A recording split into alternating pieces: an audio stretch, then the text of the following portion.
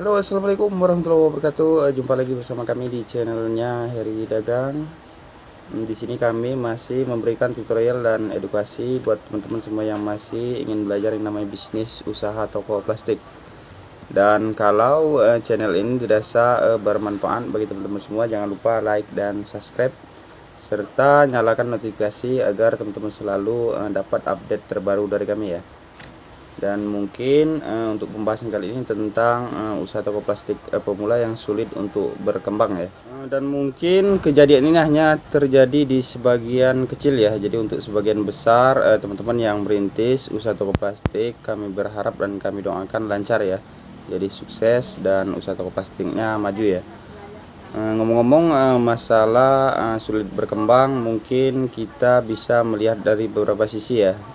Jadi ada beberapa faktor penyebab yang membuat teman-teman itu kadang sulit untuk mengembangkan bisnis usaha toko plastik ya, ataupun dia cenderung merugi ya.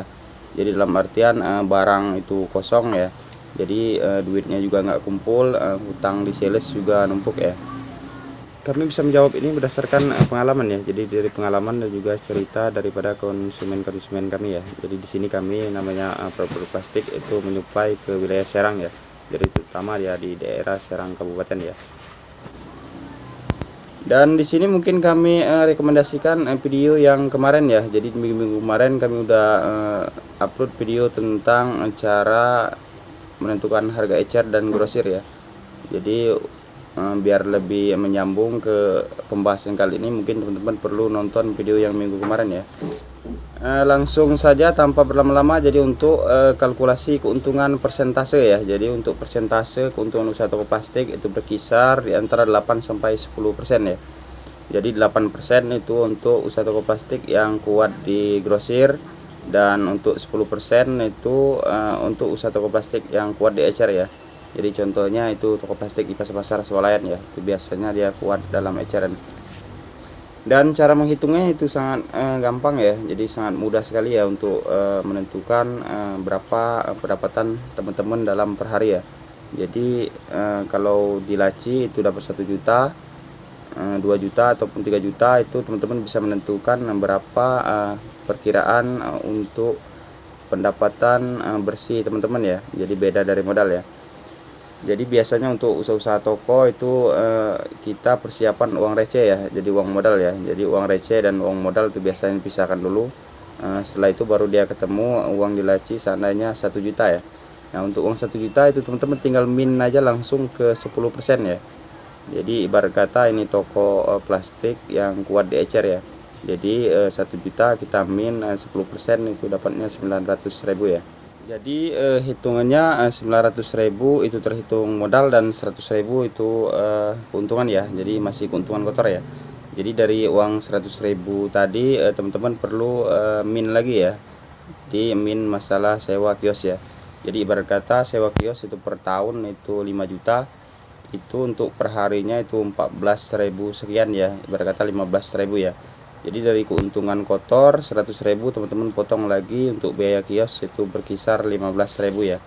Berarti sisa uang itu 85.000 ya.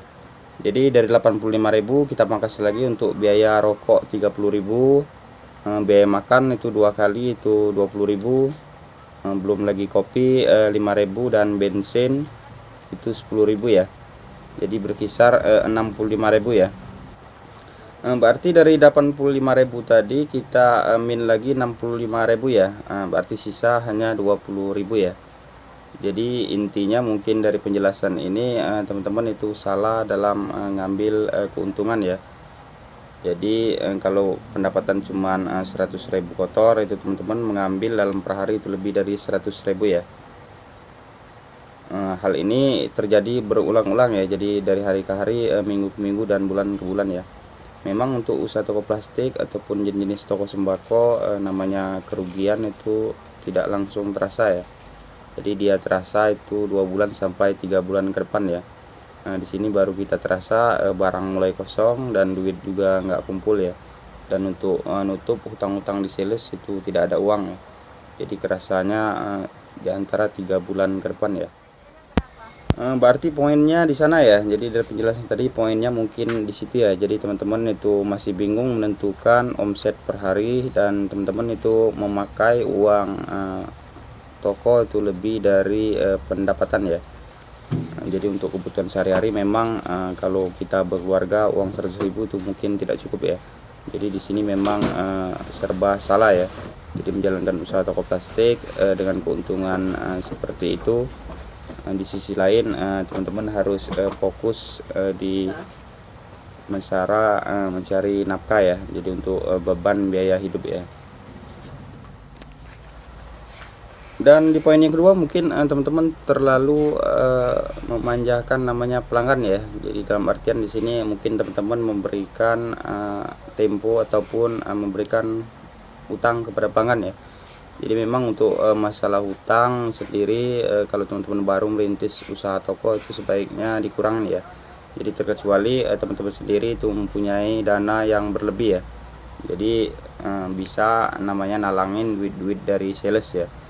Tapi kalau teman-teman mempunyai dana yang ngepres ya ataupun dananya pas-pasan, mungkin teman-teman jangan terlalu memanjakan pelanggan masalah tempo ya, karena berat sendiri ya. Jadi bagi teman-teman itu sangat berat ya kalau memberikan tempo kepada pelanggan ya, apalagi dengan nominal banyak, dengan jumlah pelanggan yang banyak ya. Jadi masalah tempo mungkin di sana juga terjadi namanya kesalahan ya. Dan di poin yang ketiga mungkin masalah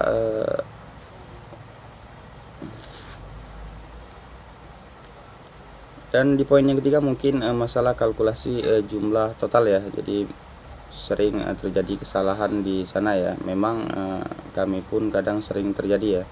Jadi masalah salah harga dan salah jumlah total ya. Jadi untuk harga total sendiri dari keseluruhan nota itu biasanya kami untuk menghindari kesalahan itu menghitung sampai 2 kali sampai 3 kali ya. Jadi memang hal ini sedikit memperlambat ya, tapi itu lebih baik daripada teman-teman harus kehilangan namanya uang ya. Jadi kalau per hari itu teman-teman kehilangan 10.000 ataupun 20.000, kalau per bulan itu kalau kita hitung kan lumayan ya. Jadi untuk masalah kalkulasi jumlah nota dan jumlah barang itu sebaiknya teman-teman teliti ya. Jadi seperti itu ya. Dan oke, mungkin cukup sampai di sini. Kami ucapkan terima kasih dan tetap semangat buat teman-teman yang masih pengen belajar namanya bisnis usaha toko plastik. Dan assalamualaikum warahmatullahi wabarakatuh.